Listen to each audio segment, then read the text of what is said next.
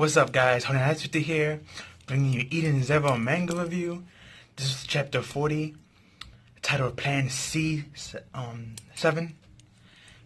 This chapter, oh man, I was very, very furious with this chapter. And it's not that the chapter was bad, because it wasn't. It's what happened to to Hermit. Basically, on this planet that she was on from last chapter, this actually took place 15 years back, and the name of the planet is called Newtown. And across the street from this planet is another planet known as Hook. And basically, the doctors that she was working with in Newtown wanted to create like a energy source beam to shoot energy to the other planet, so the machines could live a happy life, and they can travel back and forth with the humans, and they can interact with each other. So she decided this is a good plan, and you want to develop a relationship with the machines, and the machine want to develop a relationship with y'all. So she's like, I want that too. So we see them all working together on this machine to send the energy to them. And throughout the chapter, I noticed something funny. She kept on asking them, can we be friends? And they will all laugh and just say, aren't we already friends? But nobody actually said, oh, we're already friends. They just answered back with a question on top of a question. That's not really an answer. And I'm like, I hope these people are not. And as we get down the chapter, she talked to this one robot, and this one robot told her that I'm going to be going there directly myself. And she was like, that's weird. The doctors never told me about this plan of you going there to receive the energy after we shoot it up there. I thought we were just going to send it directly to them. And he, the robot replied, this is my job. So, in the end of the chapter, they were able to finish the beam, and they shot it. Here's where things get messed up. The ether beam that we're shooting wasn't a regular ether energy. It was actually a heat ray, an oversized one at that. And it actually obliterated the planet. It's disintegration. There was nothing left. And she started to cry. And then we get this one panel where she's like, I thought we were friends. And then the doctor and everyone started laughing at them. And Dr. Miller, which is the main, scientist behind all this, he wasn't the only scientist there, human. There was other ones as well. But they sacrificed everything to destroy that planet. Because in their minds, humans are more superior than machines. And they are the pinnacle of the human, all creatures, all races. So no one should be able to be their equal. So thanks to their theory complex against, this other race of machines, people, they felt like they had to get off them. And it was just super sad, and it got even sadder, and this is what got me real mad, was the fact that they didn't just take her innocence and twisted her mind to do this. In the end of the chapter, when they was about to destroy her, one of the doctors was like, wait, Dr. Miller, let us not destroy her. Let us take her and take her apart and see what makes her tick. And then all the doctors just started laughing with each other and agreeing. And you see her crying more, and she's like, aren't we friends? Stop. And then we see her page on the floor dropped, and it said, till next chapter named Fireworks. And I was like, and you still see her screaming, stop. And I'm like, oh, this is dirty. And sadly, this does happen in real life. Good people are always being used and abused by non-good people. Different type of bosses and factory does this.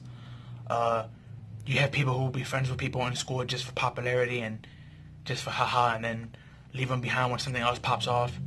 So, this is a very deep concept that actually does take place in society. So, and I've seen this dealing with kids myself and being a kid myself, So it's extremely sad. But just the way they did her dirty was like, it was just super, super wrong, and I feel bad for her. But as we get her flashback, we also have everyone in Eden Zero trying to repair the ship. And it was stated by Sister Ivy that as long as the four sisters are not together, the ship is technically just a regular ship. There's nothing special about it.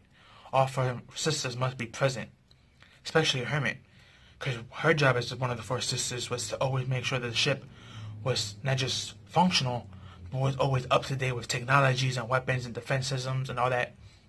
That's her job. She's the genius spider hacker. She's not the genius spider hacker the other guy is, but she is one of the genius hackers of the world. So, and we see Jim Roth is still there laughing. We see what he really looks like, his human form again, and he's real creepy and lousy.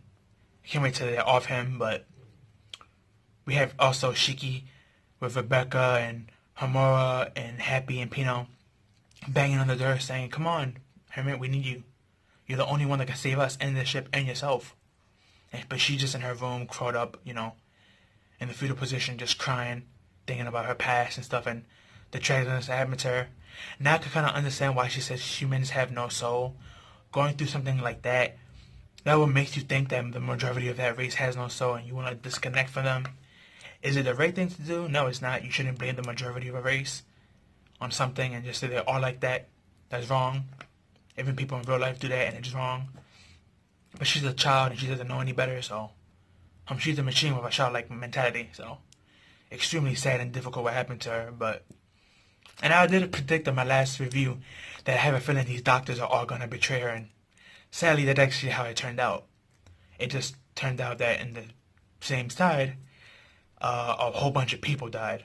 I mean, granted they're machines, and we don't know if machines have souls yet like humans, but in her mind, she's treating it as, a human killing a whole bunch of humans by accident. She's treating it as, I can't believe she did this, that I did this. That's how she's seeing it. So it's extremely sad. And I can't wait for next week.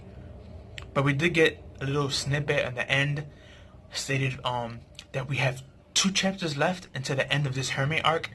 So chapter 41 and 42 will be the last 2 chapters of this arc. And next week's chapter is known as Fireworks. So I'm not sure if Eden Zero is going to blow up and it's going to look like a fireworks show, or they're going to probably hijack his stuff and his stuff is going to blow up, the Genius Spider. So, actually no, I'm sorry, I think the Genius Spider, I think that title belongs to Hermit, not Jim Roth. My fault, yeah, I just thought of that.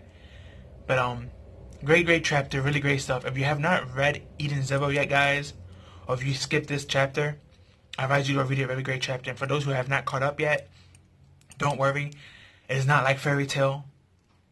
It might have some Fairy Tail references in the beginning, and it takes some shots at them, and we have some Fairy Tail Easter eggs. But this is really, really well written. So if you worry about it becoming like a second Fairy Tail 2.2, it's not like that, or at least not yet. So, but at least give it a shot. That's my point. Really great stuff went down. Can't wait for next week. Excuse my phone in the background if you hear it. That's my job calling. But that's all I have for you guys. Please like, comment, share, subscribe, share with your family and friends. Give this video a like. Tell me down below what you thought of this chapter, and how you feel about what happened to Hermit in her past, and you think she can get her soul back, which are her emotions. Tell me, how do you think they're gonna escape this predicament of the ship basically in critical danger? Tell me what you're gonna think they're gonna do to Jimarov to pay him back. But that's all I have for you guys. Follow me on Twitter, link me down below, give this video a like, and peace out.